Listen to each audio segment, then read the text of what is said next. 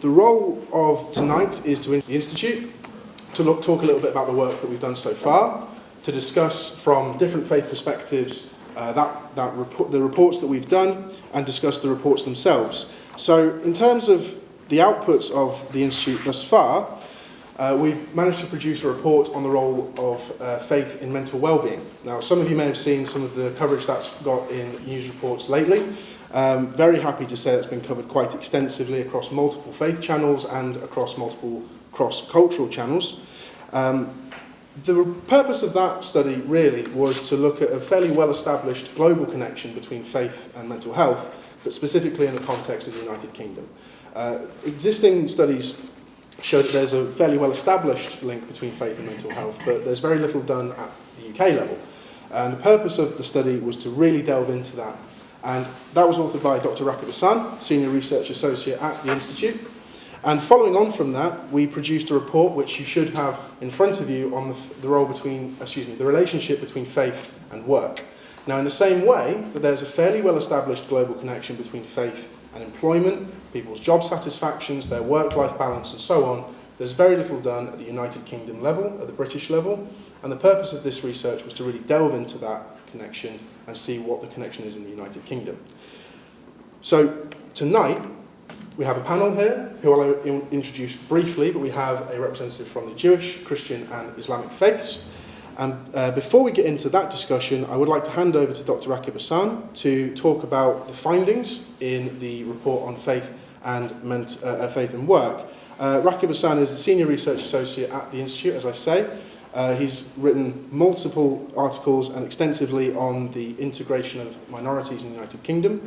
His PhD was on the integration of ethnic minorities in the United Kingdom and socio-cultural minorities, and Rakib is an expert on social integration. So, without further ado, I'd like to hand over to Rakib. Thank you for that generous introduction. I think that in terms of my view on why I think this institute is so important, I think the reality is at the moment FedFit is not having the best press at this current moment. And I think it's ultimately about presenting research which looks at the positive impacts of faith in British life. And Jake made some very important points there in terms of really emphasising the fact that much of this research is quite well developed in other national contexts, including the United States. So in the UK, in recent times, we've undergone significant forms of social and cultural change. Interestingly, we've become a country which has witnessed rapid secularisation of the mainstream, but we're also a society that's been becoming more religiously diverse. And those were stories that very much came to the fore in the latest census data.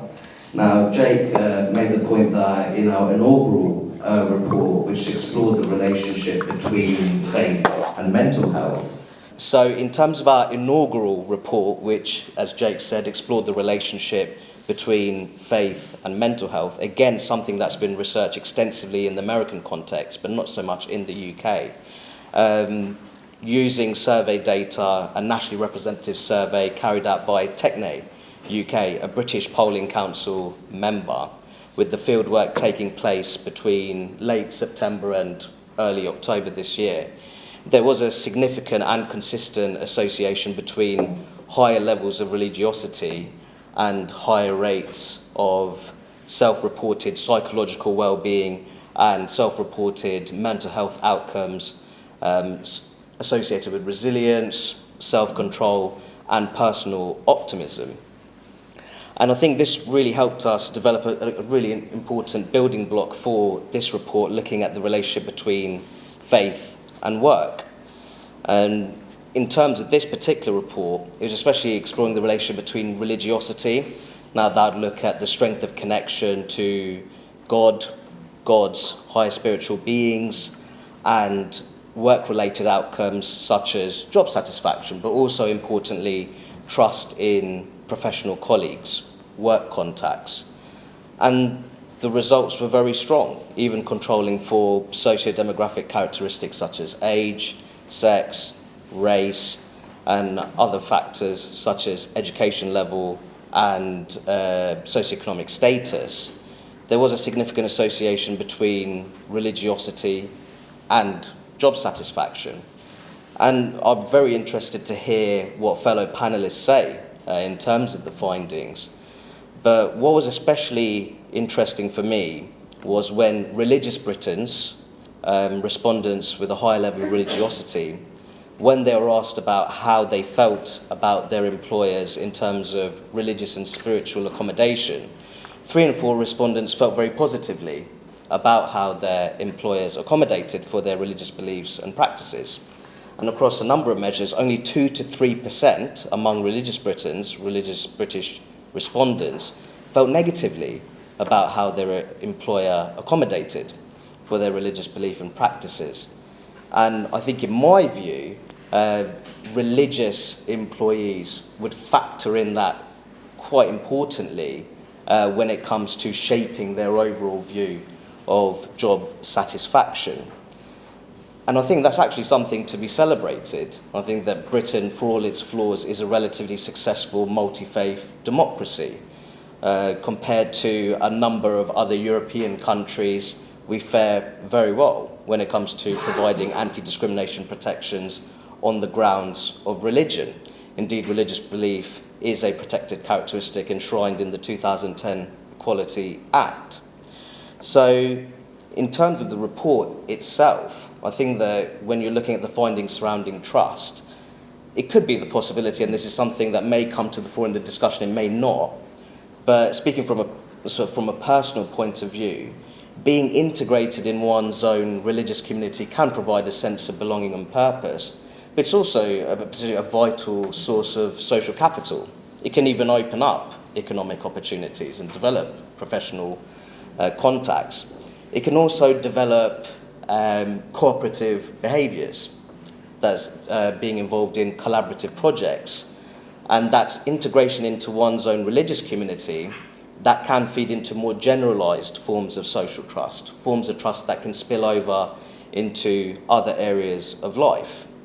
And there is that possibility that developing those behaviours, developing those attitudes, it can encourage one to be more willing to join and develop collaborative work-related partnerships, and that can naturally impact positively on job satisfaction. So there's a variety of dynamics which can be discussed through the report, and I'm very interested to hear what fellow panellists have to say about it. Thank you. Great. So, thank you very much, Rakib. Just to make sure we're all aware of the plan for the evening, sorry, neglected to go over that, apologies. We'll be hearing from the panel now. I'll introduce the panellists very shortly. We'll have roughly an hour, up to an hour, for a discussion with the panel and a Q&A from the audience. Now, there is a colleague with a microphone who will be walking around when it comes to the Q&A section. If you have a question, please raise your hand and the colleague will be with you with the microphone shortly.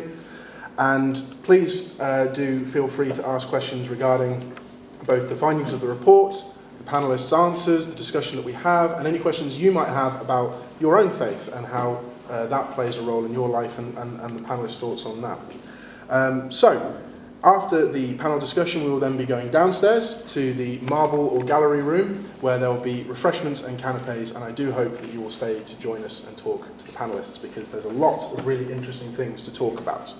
So, without further ado, I'm going to introduce the panel. On my left here, we have Angus Taylor. Angus is 24 years old, born and raised in northwest London. Angus is Jewish, specifically of the Orthodox sect, describing himself as modern Orthodox. In his own words, this is to say that he is both fully practicing in his faith and an active participant in a modern secular society. Having attended a Jewish primary school, attended City of London School before studying politics at the University of Warwick, he now has recently completed law at the University of Cambridge. Since then, he's returned to Cambridge to supervise the law of tort in preparation for a career as a barrister. And Angus tells me he is particularly interested in employment law and is especially interested in the intersection of where faith and religious belief meets employment law and anti-discrimination. So Angus, thank you very much for joining us. To Angus's left, we have Kuzema Kambe. Is that Kambe? Kambe. Kuzema Kambe was born and bred in what he describes as sunny Manchester. After studying for his degree, he completed an MBA in Sheffield University, and currently he runs an import-export business in household electricals. He is Muslim and a member of the Dawidi Bora community. As he puts it, if you consider Islam to be a vast ocean, Dawidi Boras are a small drop in the middle. But nonetheless, Dawidi Boras trace their heritage to the Fatima Imams, direct descendants of the Prophet Muhammad in Egypt.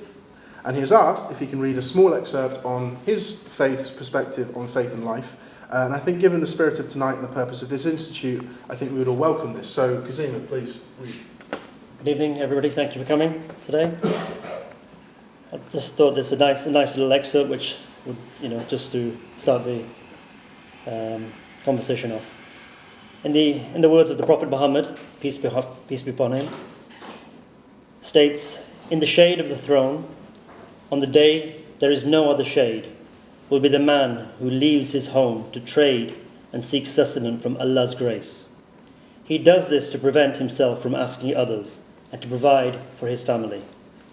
Within Islamic traditions, business is not seen merely as a worldly and material occupation, but one which inspires faith in the Almighty and instills values such as bravery, trust, perseverance, and honesty. It's ultimately an act of religiosity and worship which reaps benefits in both this life and the next. Thank you, and look forward to tonight's discussion. Thank you. I think that's a very nice introduction there. And finally, to Kazima's left, we have Dr. Solomon Osagie. Solomon is a leading lawyer and general counsel at a UK bank and has led legal and regulatory teams for many years. He is a veteran of the Legal 100 and the Financial Times Lawyer Rankings with awards and nominations for Lawyer of the Year. Solomon sits on a number of advisory boards, including Church Army Board and the international charity Bethany Kids. He is a member of the Cross-Border Payments Committee of UK Finance. And Dr. Osagie was a member of the Law Society's Company Law Committee and is currently a Fellow of the Royal Society for Public Health. So I think if everyone could join me in welcoming the panel. Thank you very much for joining us this evening. So we'll jump straight into questions. Now I think, as Rakib mentioned, and I think it's very, very important and really is something to be celebrated in the United Kingdom, the latest report, Making Faith Work, showed that 73% of people who feel that their religious background is important to their personal identity feel positively about how their employer respects their religious beliefs and accommodates their religious practices. So, I would like to start by asking Angus, how important is it to those with faith that their employer accommodates such needs? Thank you. I should start by saying hearty congratulations to Rakib and the team for two really interesting reports and the launch of the Institute. I'm really excited to discuss the findings this evening. I don't think my parents could be more proud than me sitting in a room in Westminster discussing how proud I am to be a practicing Jew. So I really am excited to be here. With regards the importance of employers respecting faith and belief, for me it is of the utmost importance. As a practicing Jew, for example, I keep Shabbat, and that involves on Friday afternoon in the winter needing to leave work earlier than is traditional. And if my employer were to prevent me from doing that, then that would obviously raise a conflict because my work is very important to me, but it's not as important to me as my faith is, and not as important to me as my belief in God is. My employer respecting my belief is very important. It's also in the interests of the employer to respect the religious beliefs of their employees. I mean, that could be seen from the first report that the Institute produced.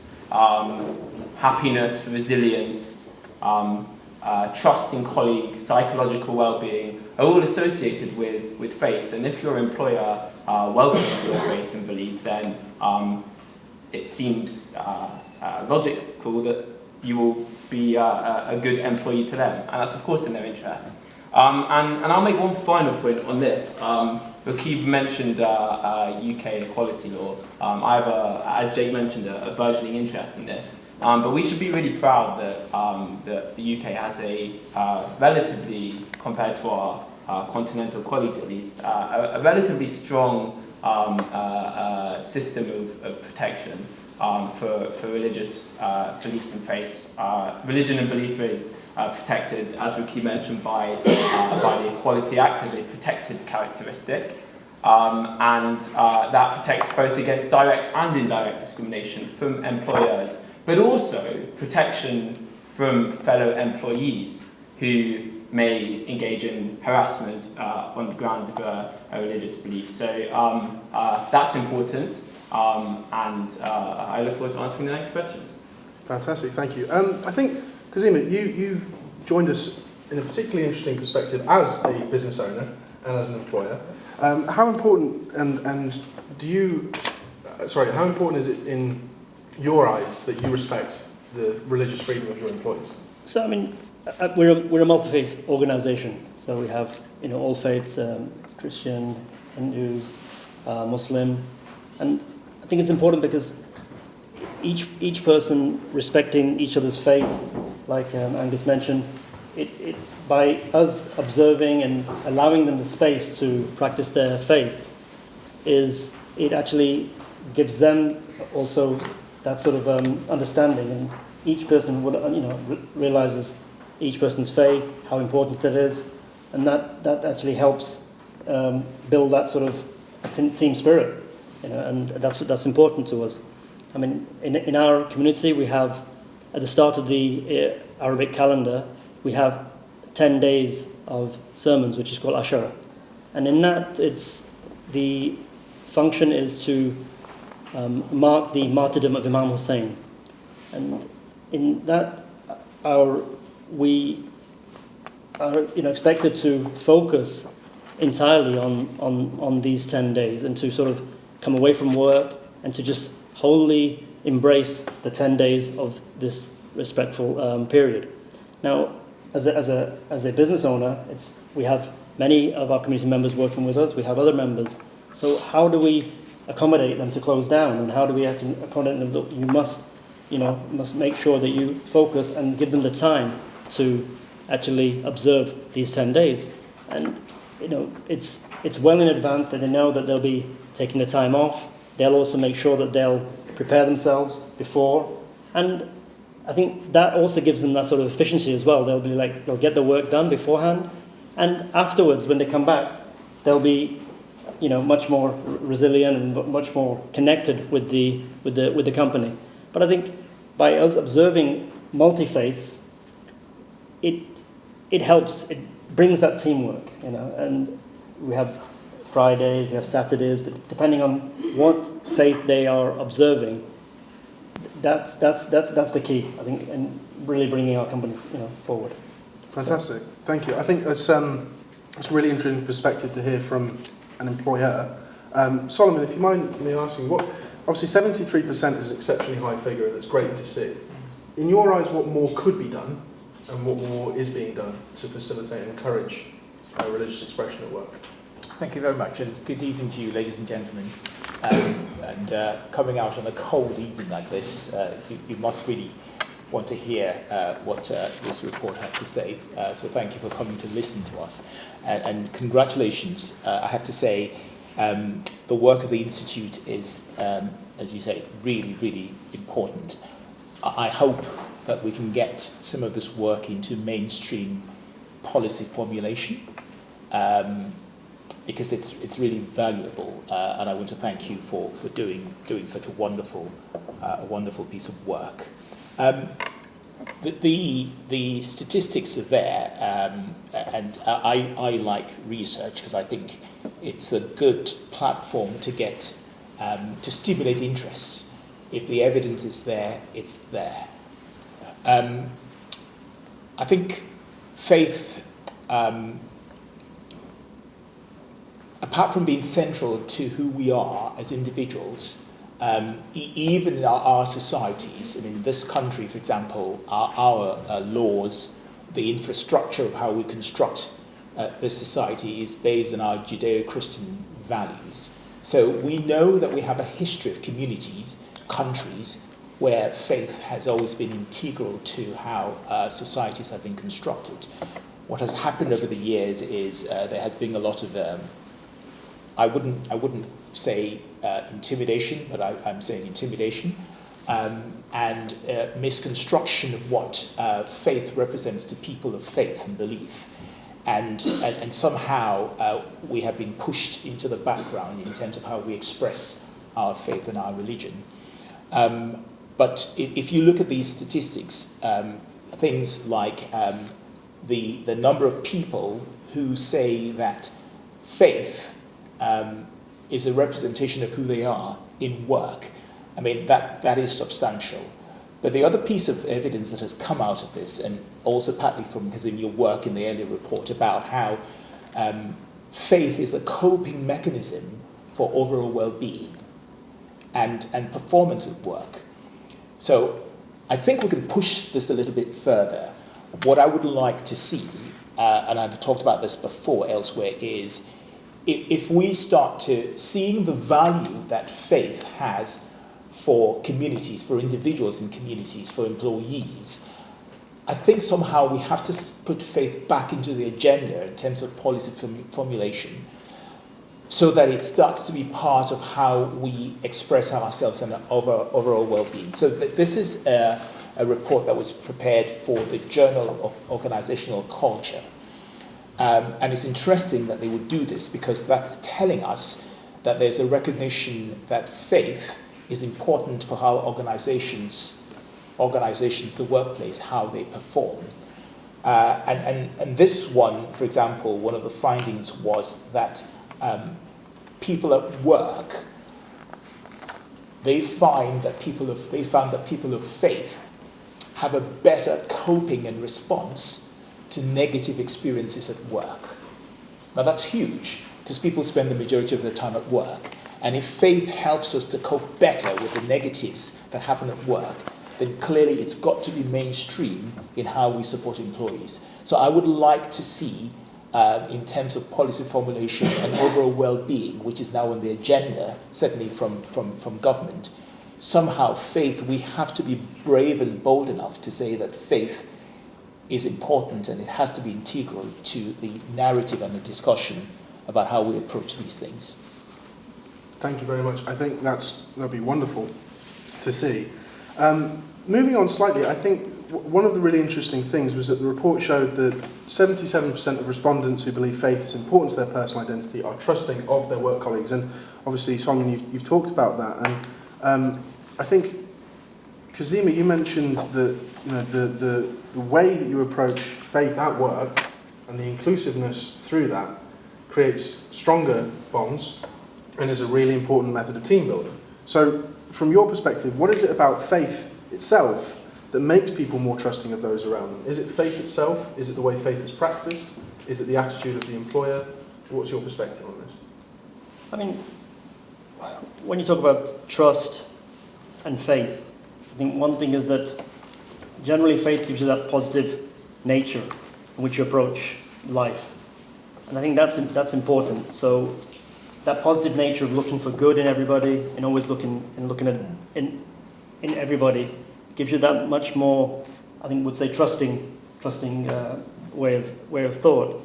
And I think also, somebody observing faith, you'd say that they have a strong moral compass, and that in itself, them observing their own faith and them observing their ethics, and in all faiths, the ethics, what we believe, how we approach, how we work, that comes through. And I think that coming through, it helps you as a person to trust, as an individual, and I think the environment generally, then which you'll provide in work, will actually transpire in the work and the nature of the actual business.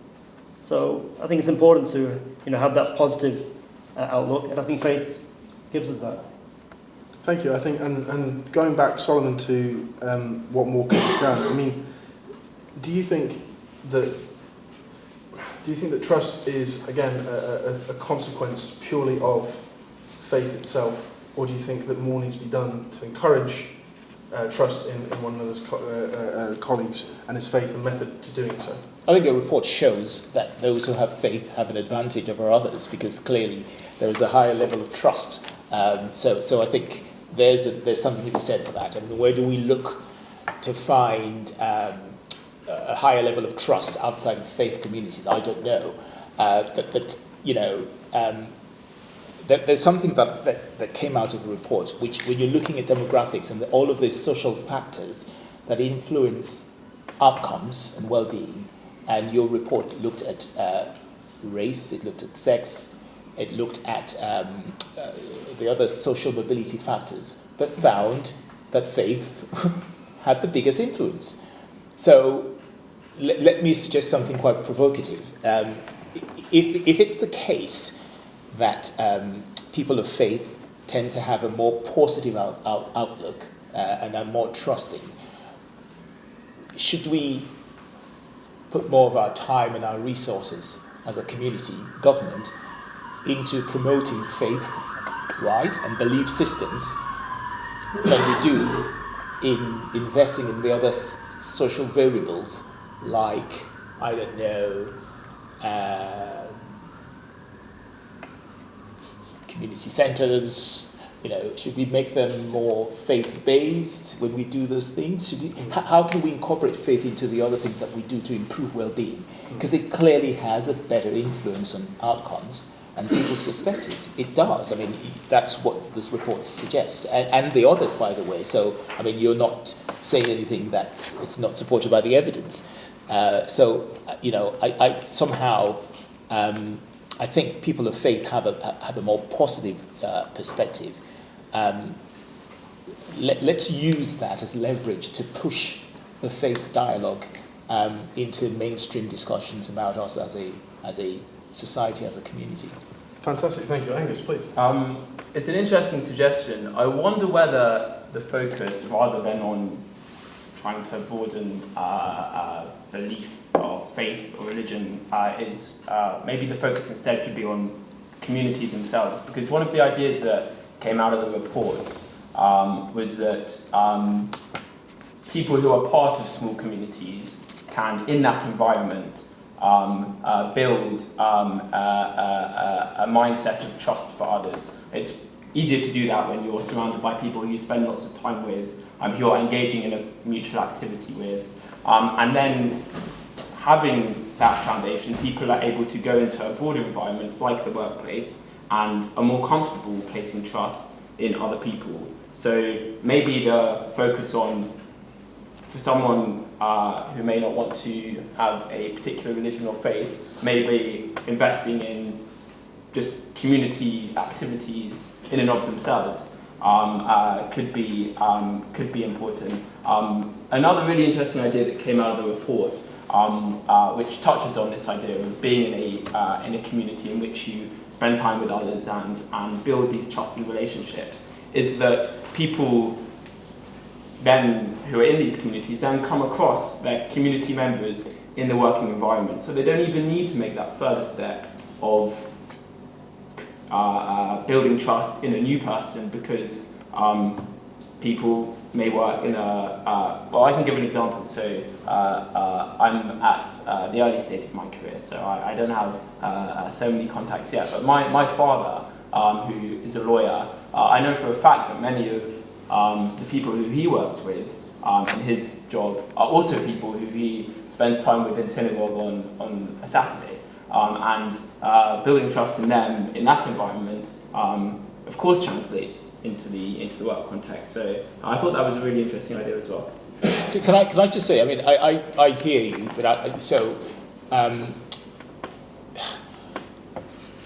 here are the variables that I saw: age, sex, education, socioeconomic status, and we've done a lot as a community, as a society, to promote cohesion along these lines. The one that we really haven't done is faith.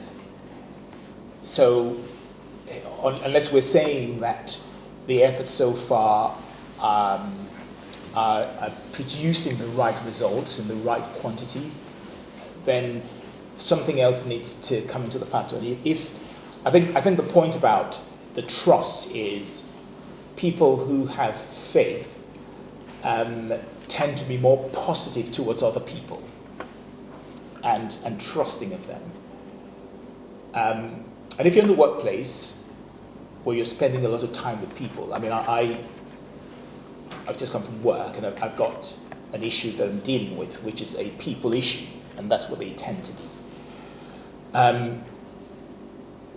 And what we've done as a society is, I remember this famous incident where Tony Blair was asked by Piers Morgan about his faith, and God help me.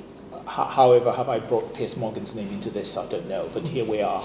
And and Tony Blair was very reluctant to accept that his faith was relevant to the decisions that he made as Prime Minister of this country.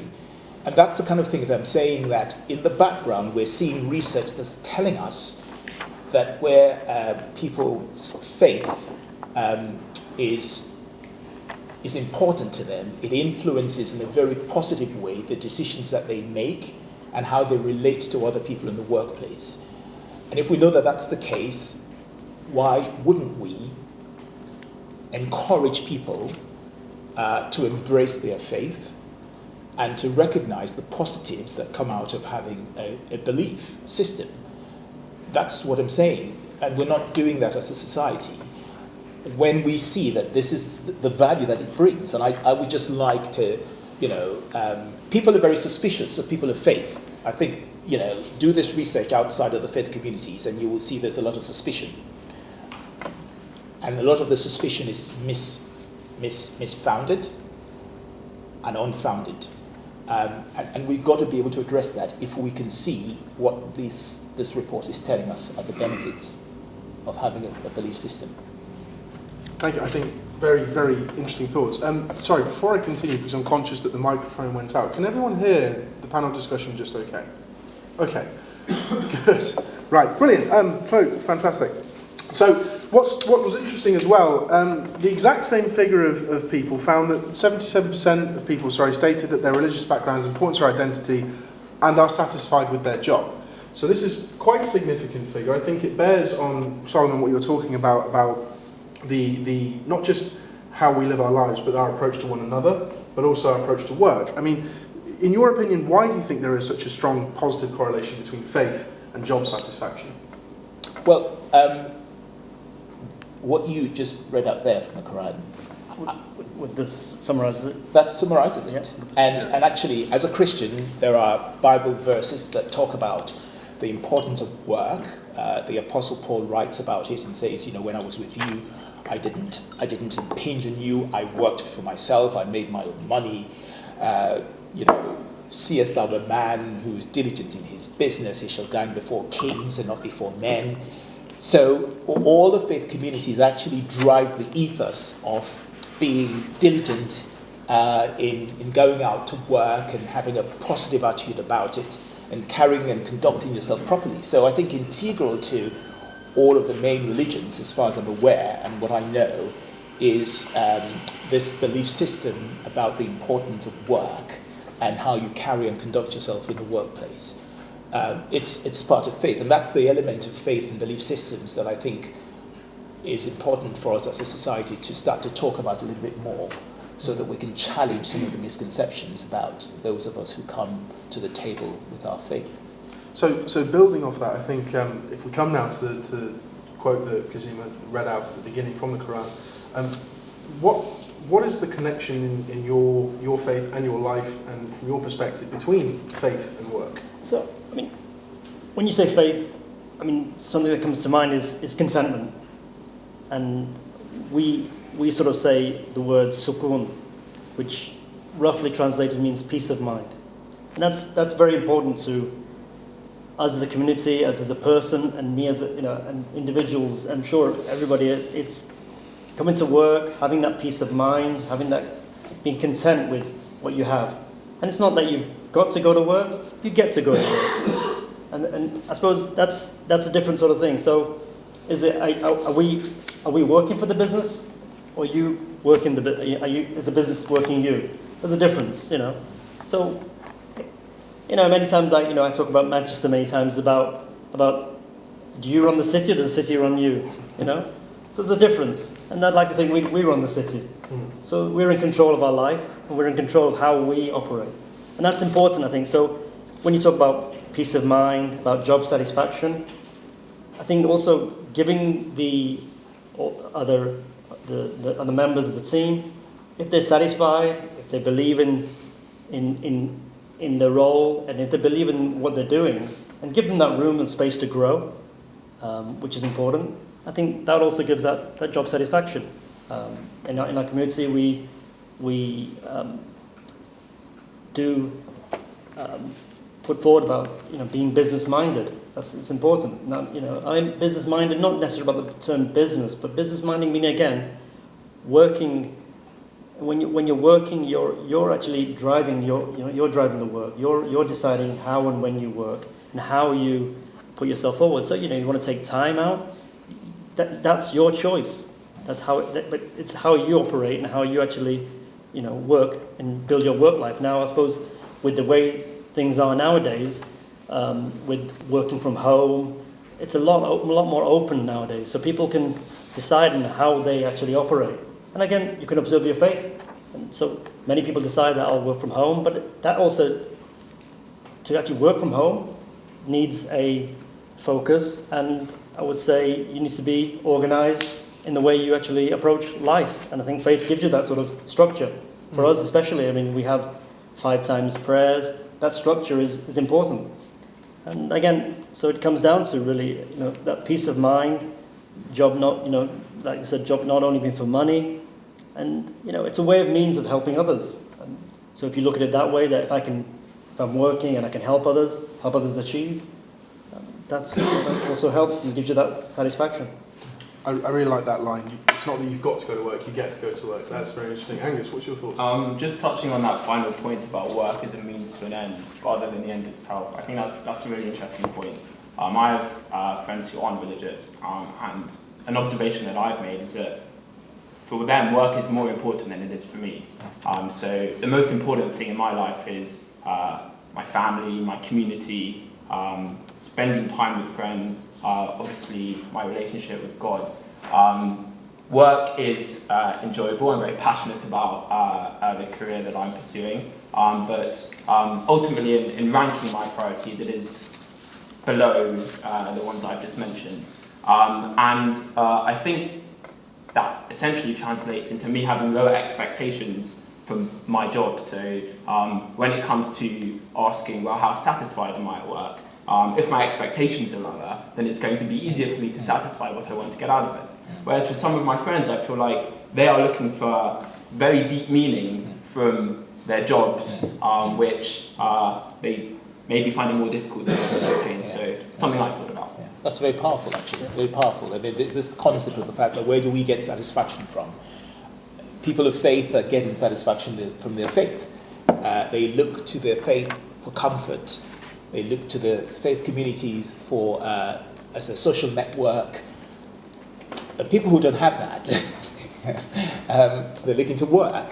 And that's probably why. It would be nice, I'm not putting any obligation on you, but to dig deeper into this. What's the reason why people of faith are so satisfied? And what's the reason, what's the real driver? And is it the construction of faith itself? Is it the construction of faith communities? What's the reason why this is so as it is? Would be very interesting to see. Faith gives you that direction. The way I say it is, you have a that's the direction I want to be, and distractions and noise of life makes you meander left and right. But faith kind of brings you towards that, positive. That's where I want to be, and that gives you that sort of that control. That's where I need to be, and there's always a left and right, but you end up on the straight path. It's a great discussion. I think it's absolutely fascinating. So one of the things that's coming out of this is largely that there's a positive correlation between faith and job satisfaction, largely because jobs and work is not the only source, it's not the primary source of satisfaction in life, but the way that we live and work is very much influenced by that faith, which precedes the work and satisfies us already. It's really, really interesting. And off the back of that, one of the other really interesting findings was this 87% of people believe that it's important to carry out everyday responsibilities Previous and slide. duties. Previous slide. Thank you, Rakib. That's me trying to be too clever.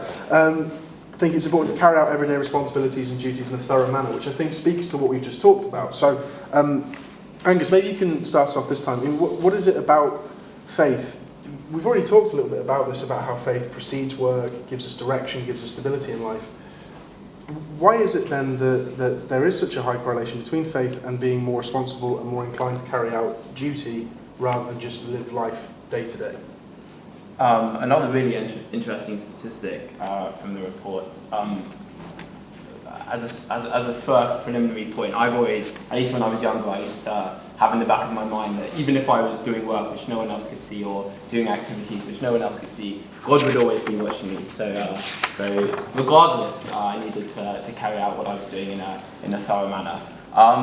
There's an idea in Judaism, v'ahavta l'recha kamocha, that you should love your neighbor as yourself. And one of the interpretations of that is that you should treat other people as you yourself would want to be treated. So when it comes to work and doing tasks which, at least in my work, such as marking students' work or preparing for teaching, that has a direct influence on the students. I want to treat my students as I would like them to treat me, and that necessitates me being thorough in what I'm doing.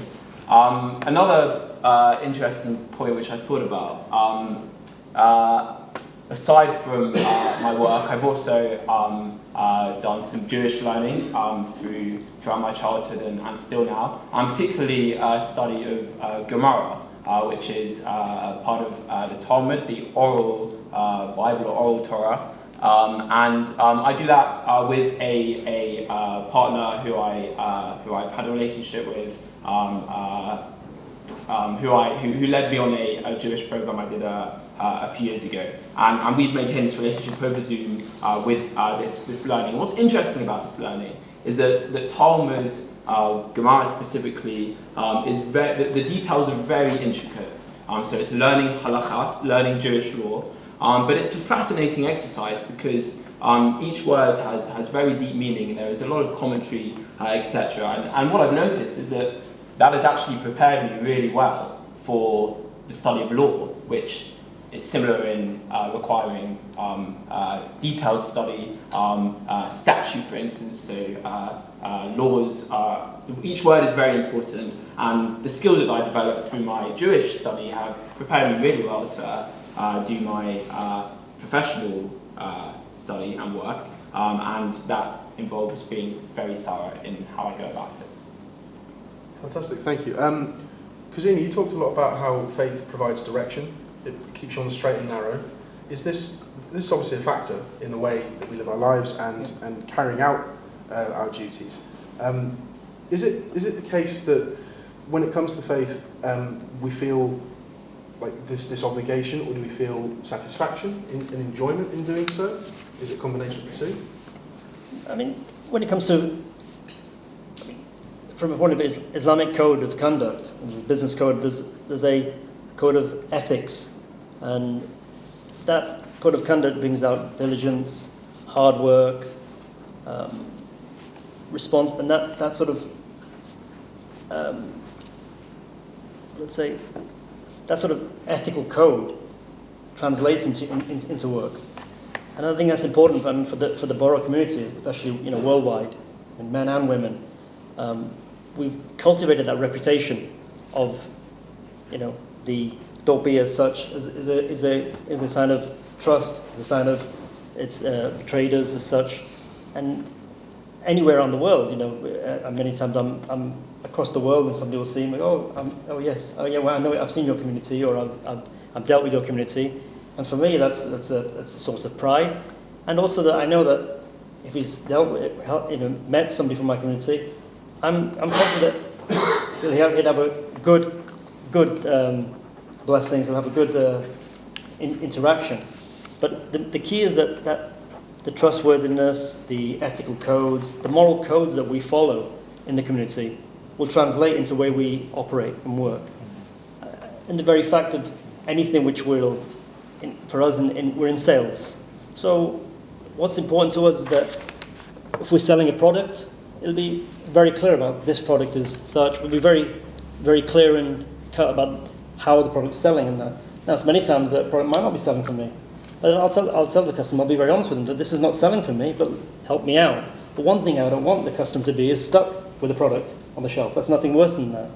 So it's very important to us about those ethical, moral codes. And I instill that in all the team, that that we should be ethical in the way we operate, the way we come across is very important. And I think that sort of will instill in all the team. But I mean, it comes down to work. All faiths, especially in work, I find that because the way they operate, the way they actually observe their faith, that comes through in work, like responsibilities, diligence. They'll work that way because I know how they will observe their own faith, and that's important. I think. I mean, consider from the figures, 87%.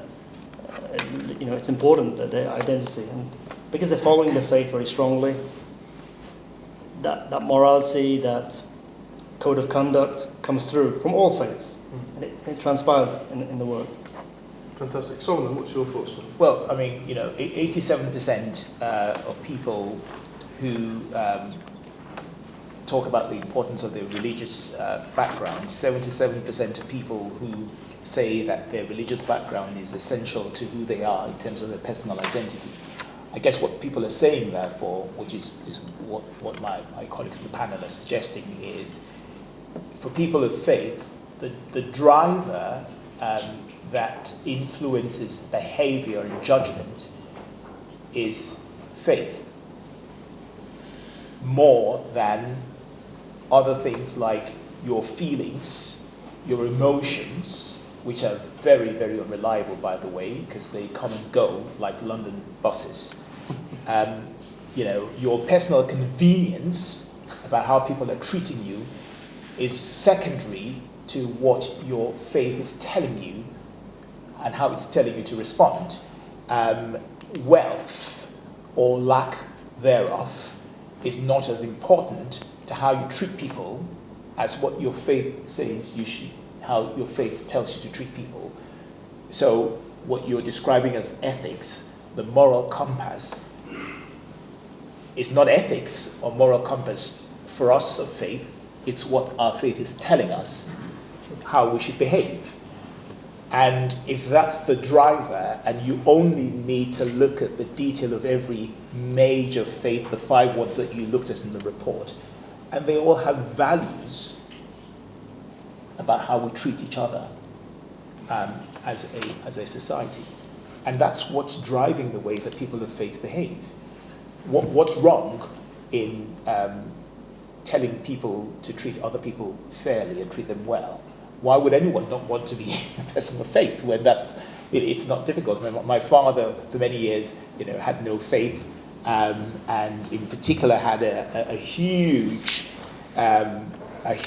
issue with Christians and Muslims. And I said to him, well, what is it about Christianity that you don't like?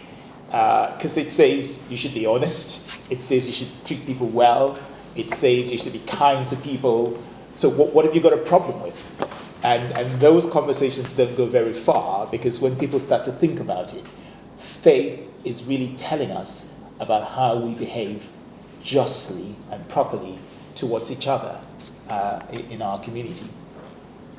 Thank you. I think we'll have one last question from myself. I'm sure we're all sick of hearing me talk. But in terms of respondents to the study who say that religion is important to their personal identity, 35% believe that the UK's economy's best days lie ahead.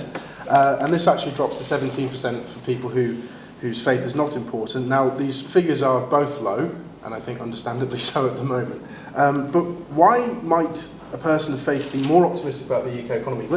Just to really put this in context, these figures suggest that people of faith are twice as optimistic about the future of the UK economy than people without faith. Would anyone like to start us off there? It's a hard one, given the context. Well, I guess. Why would they? So what is let's not use Christianity. Buddhism, for example, what is this essential part of Buddhism is learning to ride the waves, right? So it doesn't suggest that there are no waves, but just have a more positive approach to it. So already, if you're a person of faith, you'll have a positive outlook rather than a negative one, I guess. And I think the statistics actually suggest to us that people of faith are very honest people, because otherwise it'd be a lot higher than 30-something%, I guess. But people are speaking truly as they see it. But as we said before, that faith, religion is a coping mechanism, and the study I referred to earlier also had a part of it was also looking at how people cope with negatives in society, negatives in the community, and again, the outlook for people who had faith was more positive than those who don't.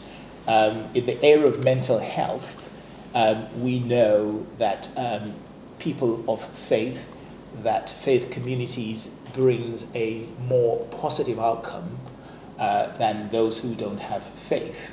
So I guess it's the construct of faith itself that lends to people having a more positive outlook on life. And even when things are not looking great and not looking good, when I go to church on Sunday, I'm told to expect a brighter tomorrow and a sunnier tomorrow, even when it's snowing outside. And that's part of what faith does. Thank you. Kazima? Yeah, I mean, I think in the past, obviously, with the pandemic and with the times that we've been through, I think at the time when pandemic actually hit our community and everybody at large, we embraced technology at that time. And that, I was just explaining to my colleague that the technology gave us that structure, all the functions, everything which we would be practicing remotely was transpired very quickly onto the screen. And I think that helped us, give us that sort of structure, that positiveness, that direction in which I talk about. But I think what's important is that faith, it gives you that, I think it's, in testing times, you, I think, succeed, and the hardships and the tests which which you experience, and when you overcome them, you find that you'll find success. And I think faith gives you that sort of strength and positive nature, which you were saying, to overcome these testing times and trials. And I think that when you've overcome that, you become a better person. You'll come out. You'll always find something at the end of any test or any exam. So I think that's important. I think optimism, again, positive note, being positive about outcomes. There's always going to be a difficulties, but if you look for the positive and you say, look, that's where I want to be, and that's how I'm going to try and get there. I think ultimately faith helps you that way. And I would say holding hand, arm on the shoulder. Faith is, I think it's encompassing like that. I think that's important. I think, and many of us, we're always shoulder to shoulder. That's it's important with faith, and with all faiths. I think it's. Everything which we're talking about, it's very much the same. It's about being positive, honesty, trustworthiness, perseverance. And then, I think good cultural values, and that's what I think we instill in all of us, especially our family, from my especially my kids. I'll talk to them. That this is what we should be doing. A simple fact that we'll be driving along and we'll be going from one place to another person. I'm like, we should give them a lift. And my kids are like, there's no space. I'm like, well, okay, you guys walk and I'll take them. So they get very upset with me sometimes. But things like that, it's just instilling those good cultural values. And I think we've been brought up, and like I said, I've been born and bred in Manchester, but we've been lucky that the community, I've grown with the community in many ways. But it's important to us that how faith, community, giving back, and that's one thing, again, we're taught that wherever we're living, in any part of the country, we're always taught to give back, improve, respect the laws of the land, and that's very important to us. There's many programs, and there's one I think called Project Rise. I don't know if you've read, but it's about helping less fortunate, environment sustainability, and this is worldwide. And again, the centrality of our community is that any project which is taken up, it gets done worldwide. Again, using technology. For example, I think many years ago we embraced a tree planting program. Great program, and instantly everybody planted a sapling. They would post a picture on our app, and the numbers went up. And it was a beautiful thing, which again centrally got done very quickly. But again, it just comes down to faith and culture, and that's why we're hopeful and positive for UK. Fantastic, thank you. Angus, finish us off. Briefly, faith groups, religious communities, I think have a history of, they do have a history of overcoming challenges. Speaking for my own community, the history of the Jewish people is replete with attempts to destroy us. And when you're reading regularly about your religion, your colleagues overcoming challenges, then that equips you, I think, to overcome challenges in your own life and to be positive about the challenges that you face. The UK economy, you can shrink some of these big challenges down to smaller ones, and the UK economy would be a smaller one in that context. I think it's not as big as an attempt to destroy religion, but it's still a big challenge. You can translate your belief in ability to overcome challenges from the religious to the secular perspective. Fantastic, thank you. Right, thank you all very much for the panel. I think we should give them a round of applause for. So we'll start off with the Q&A. Just to remind everyone, we do have a microphone towards the back, so if anyone has any questions, please do raise your hand and we'll come to you. So who would like to start us off with a question? Thank you very much, panellists, and it's great to see a Jew, a Muslim and a Christian alongside each other talking broadly about things which are important to many of the people in this room. But I've got a slightly provocative question for each of the panellists. If I can use a Christian metaphor, you're preaching to the choir. I think most people here today, whether it's our Sikh friends or people of different faiths in the room, believe that faith is important. How do we get that message to the people that don't believe that faith is important? It's one thing seeing it empirically in a study through a piece of research, but how do we convey to our colleagues, our bosses, those that work with and for us, that faith is not just an integral part for us personally, but also something good for society, good for family, good for the office, etc. Jake, if you want to address that too, whichever, I'd love to hear from all three panellists if possible, please. Well, in the area of EDI, D&I, and ESG, which they're now central to how organizations have to give attention to D&I, diversity and inclusion. And now I work in financial services, and we're being told to expect to have targets for this. Faith, religion is included in those statistics. So you're going to see more of that sort of emphasis on making sure that faith is part of the picture. But I did say at the outset that this institute and the work that it does is absolutely important.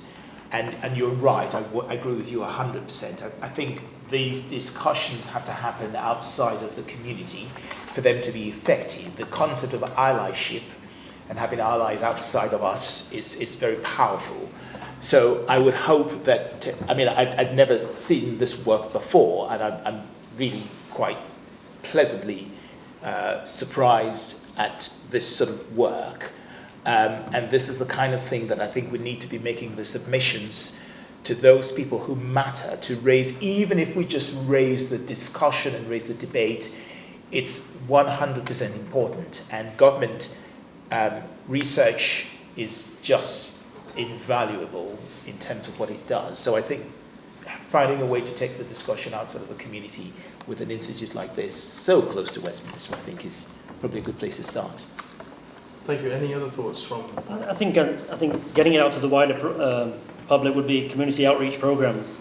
So sustainability programs, fostership programs, mentorship programs, and I think if all faiths are doing that, I think anybody looking out who maybe not observing, but would think, well, wow, that's an interesting program. We should be part of that, and then obviously look more into faith and would maybe and it's not just about then the faith itself, but the programs which actually are being undertaken help them in all. So especially joining the community, just wherever, for example, where we are, all the neighbours will have a greening project, will have a cleaning project, but the actual neighbours themselves will say, well, wow, this community is actually adding back value to where they're living, not just sucking out the energy, they're actually giving back energy.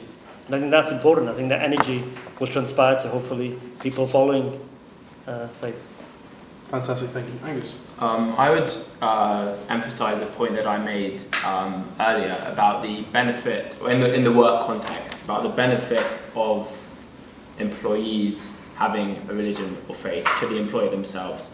So Rakib's excellent report has shown that people of faith, religion are more resilient, more trusting of their colleagues, more likely to have satisfaction in their own job, etc. And it is in the interest of the employer to have employees who have those attributes, because they will produce better work. They're likely to give better feedback about employers, which employees care about. The easiest way to convince people to support something is by explaining to them why it benefits them themselves, and I think the report does just that. So if an employer were to read Rakib's report, I would optimistically think that they would be keen to encourage faith and religion in their workforce.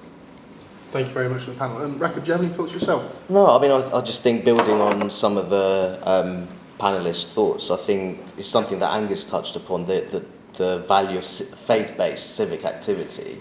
And I don't think the way to go about it is to encourage people from the get-go, you must join a specific religious belief system, you will feel much better afterwards.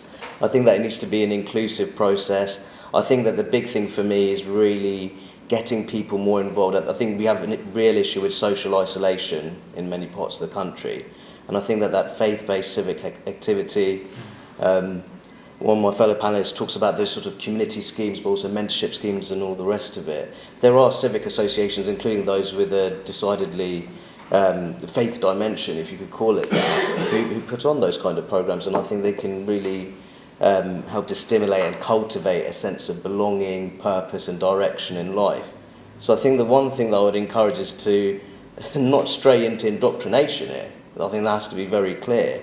But it's more about having an inclusive, thoughtful process and encouraging people into that form of those forms of civic activity, which can really encourage people to have that sense of belonging and purpose, especially if they feel quite isolated in their existing local communities. Fantastic, thank you. Any other questions from the audience? Yes. I was just wondering, out of the different sections that were highlighted in the report, so trusting colleagues, optimism, responsibility and overall job satisfaction, which do you think is most positively impacted by a person's faith? So of those, which do you think the faith is having the most positive impact on? And I'd also say, following on from that, following on from the previous discussion, a slightly separate question, but I was just wondering what your thoughts were on the education system as having an impact on the faith that we have in the UK at the moment, and how, or if you think we should go about reforming that, how that would take place. I think if I could just authored the report. I think that in terms of looking at the relationship in what was the strongest impact that religiosity has on work-related outcomes, I think the findings on trust in work colleagues and professional contacts, I think the relationship is particularly strong. And I think I mentioned a number of factors that could be potentially feeding into that. I also talked about sort of level of attendance of religious services, excluding weddings and funerals. I think that can obviously provide a sense of belonging. It can also mean that people may be more involved in civic-based activities associated with their place of worship that they frequently attend, and that can enhance their sort of collaborative mindset, their cooperative skills as well, and that can potentially spill over into their work-related life. There is also the possibility that in certain parts, my hometown is Luton, for example, and you do have networks where you have an overlap between one's place of worship, if you call it their religious network, their work network, and their friendship network, because they live highly localised lives. I don't think that would be the primary factor, because this is ultimately a nationally representative survey. But I do think in certain parts of the country where there's not particularly high rates of people going to work, long distances, commuting, they live those highly localised lives, that they can build bonds of trust with one person in a particular area, and that can open economic opportunities, for example. And there is a possibility, if you have those three spheres of life, if you call it that, there may be individuals at the heart of that, where the three cross over. So I think in a way, faith can play part in these sorts of cross networks, if you call it that, where you have mutually reinforcing forms of social trust. And I think that might feed into the stronger association in that sense. So I think that's a really interesting point. I think if we zero in on the second question around education and the education system, obviously, Angus, you work in higher education, and we've all been through higher education. So, Angus, if you start us off thinking about this role in education and faith and the attitudes that we have towards faith, what's your thoughts on this? I have just come out many years in education, and as you say, now I'm teaching. For me, the most important thing has always been that I am able to practice my faith in the institution that I'm in. At university, both universities I attended, societies, both religious and non-religious, are very, very prominent. Having a Jewish society, which I could be heavily involved in, was very beneficial to me, because at least when I was going to university, I was concerned that I wouldn't have all the benefits that we've been discussing about community, family, moving to a new environment. But universities facilitating such societies where you can recreate those environments is really important. Just another point on education. It was mentioned at the beginning, I went to a Jewish primary school, and then ever since then I've been in what we call non-Jewish education, but secular education, essentially. And I found that I have become more conscious, proud, even practicing in my religion, being in a secular environment than I was in a Jewish school where everyone around me was Jewish, and that's predominantly what we discussed. And I think an important reason is because I've had to go and look for what is missing in those secular environments, like family and community, and that leads me to such societies as a Jewish society, and it's played a very formative role in where I've got to today. That's very interesting, thank you. I think, Kazim, I can see you sort of looking thoughtful and nodding along as Angus was saying this. Was that your experience as well when you went to the University of Sheffield? Yes, I think it's important to have different societies in university. I think that helps in understanding different faiths. And I think you sort of respect the different communities around you. I think Angus is right as well. I think about being in a secular school. I went to a grammar school. You learn to respect the different people around you, and I think you also, I would say, you would maybe embrace your faith, in a sort of stronger way, I suppose, because you're trying to look for those important parts of the faith. Education-wise, I think it's hard to see that how much faith should come into there. I think it's important. I think that it should be part of the education. I think we should teach all about the different faiths. But I think the key is about the values that education is bringing, about respect. And that's something which I think it's probably very highlighted at the moment in education, that it's respecting each person's religious or faith or backgrounds. But I think it's, again, about respect is the key. Whether it be about faith or about anything, it's teaching those moral values in education. And I think that would come, if you say about faith in education, and that would be the key, I think, really, about teaching those moral values. And I suppose faith would bring those automatically. I mean, in many ways I say that, faith's kind of in our DNA, and it's kind of like, it's engineered in our subconscious. So it comes naturally, the way we observe our own faith, the ethics, the values, just come naturally. So everything which you do and you conduct yourself, that comes through. And I'm sure, education, I think bringing that through at the moment in our modern education system would help in many ways. Higher education, universities and that, again, having the societies, that's important, for everybody to follow find their place. Thank you. Solomon, any thoughts on this? I think if the question is whether or not education can help, is that the question whether education can help to bring a broader perspective and understanding of faith, I have to agree with that.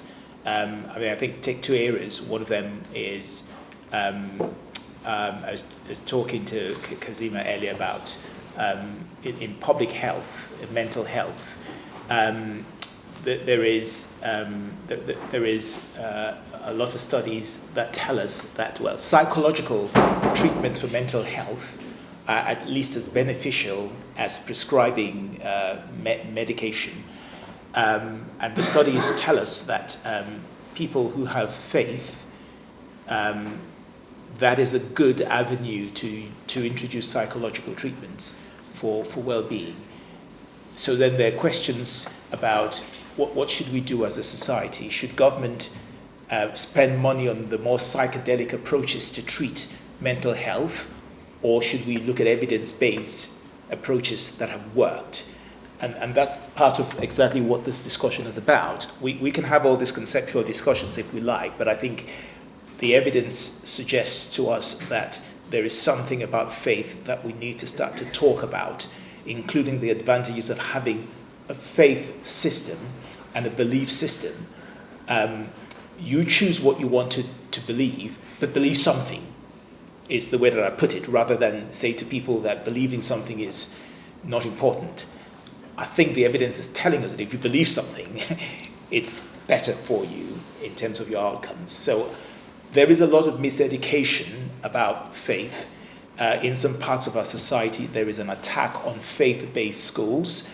Personally, I think some of the criticisms are worth looking into. Some of them are valid, but I don't think you throw the baby out with the bathwater. I think that there is some value in having a discussion about the role of faith in our education system, rather than throwing it out. Thank you. I think we have time for one last question if there's any forthcoming. Thanks, Sheikh. Firstly, the session has been amazing. Thanks for that, and the report is very profound. A question for you, Jake, would be, what's next for this institute? What are your further research that you're looking into? Well, I'd love to answer that question, but to be honest, Rakib's probably the better person to answer that. So, Rakib. Yeah, so firstly, Dr. Solomon made the point in really looking into that relationship between faith and work and explaining for these relationships that emerge from this current report. And I think that would require an in-depth qualitative study. This was very quants-based, quants-driven. But we need to have a more personalised human understanding of these relationships. So I think a qualitative piece of work would really help with that. And we will have a larger report, forthcoming report, looking at the social contribution of British Muslims. And I think that's obviously a report, considering my own faith, I'll be very excited to be part of, and I'll be leading that research, looking at, the sort of things I've discussed over the course of this event, civic activity, but also looking at faith, how it's a source of resilience, self-control, optimism, looking at those kind of factors and what those dynamics that emerge from our inaugural report looking at faith and mental health. So that will be the sort of forthcoming piece of research that we very much have in the pipeline at the moment. Fantastic. So just to cap that off, as Rakib said, we have this very exciting report that will be published early next year on the social contribution of British Muslims, but there will also be short-form research reports like this that will be quantitative and qualitative, looking at specific issues, cross-faith, and hopefully further issues into the future. So thank you very much for your interest in the work of the Institute. Thank you all very much for attending. I think it'd be, again, worth giving a round of applause to the panellists, so thank you very much. And as I said, if you'd now like to join us for the enjoyable part of canapes and refreshments downstairs, we'd love to take you down. Thank you very much.